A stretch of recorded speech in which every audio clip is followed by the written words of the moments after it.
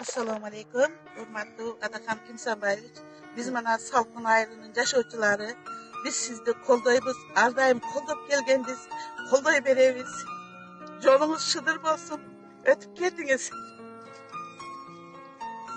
Adakan, hurmatlı Adakan adamlar. Biz sizi daim köp yıldan beri koldop geliyoruz. Kolday beremiz kuda kalasa. Var bir çındık bir gün jengep, jalgan söz jaytnapmayt. Adakan'da jolotmay kelişet. Adakan ayıyabay bizge kerekli hazırkı momentте. Bizin hazırkı iskakırazakız. Biz uşunçalık katı koldoyuz. Jürögüz menen Adakan söylegen sayın biz jürögüz oru ilayt. Kaçan üşütüp jürögüz öpörözдөр kaldanıp. Bizge hiç kimne keregi jok. Adakan'da kaldı ümitimiz. Birinci Allah'da, ikinci Adakan'da. Adakan ardayım bar bol. Kuday den soğuluk bersin. Adakan bizge en kerekli insan hazırkı momentте. Biz ayabay koldoyuz. Şunçalık talkalap geldi. Jerden itten al itke salıp atat. Nevresine kişine baldar kızlar itten al itke salıp atat. Biz jürögüz oğurup çıdabay kaldık. Adakanга rahmat. Allah talam uşunçalık savurdu bergen eken oşol insanga. Uşunçalık bundan beş beter kurçup atat Adakan. Adakan biz bar bir sen menen biz. Baldarımızın kelечегибиz üçün biz ardayım koldop kelebиз. Kuda kalasa Allah'a çalınıp kelebиз namazlarımızda.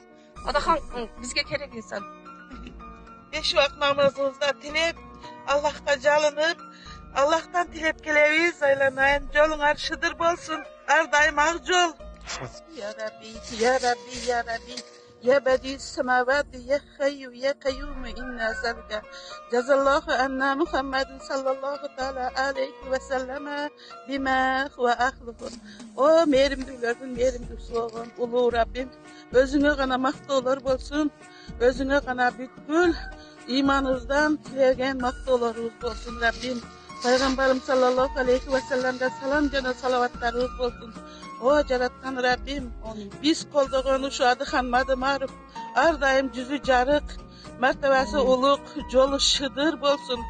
Daya jürögüzden, Allah'tan tilep özüne, surap kalavuz Rabbim.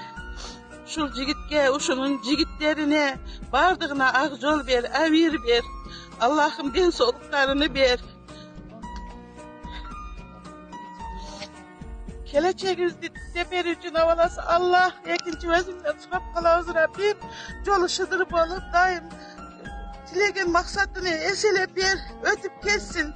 Allahümme salli ala seyyidina Muhammed ve ala alihi. Allah'ım.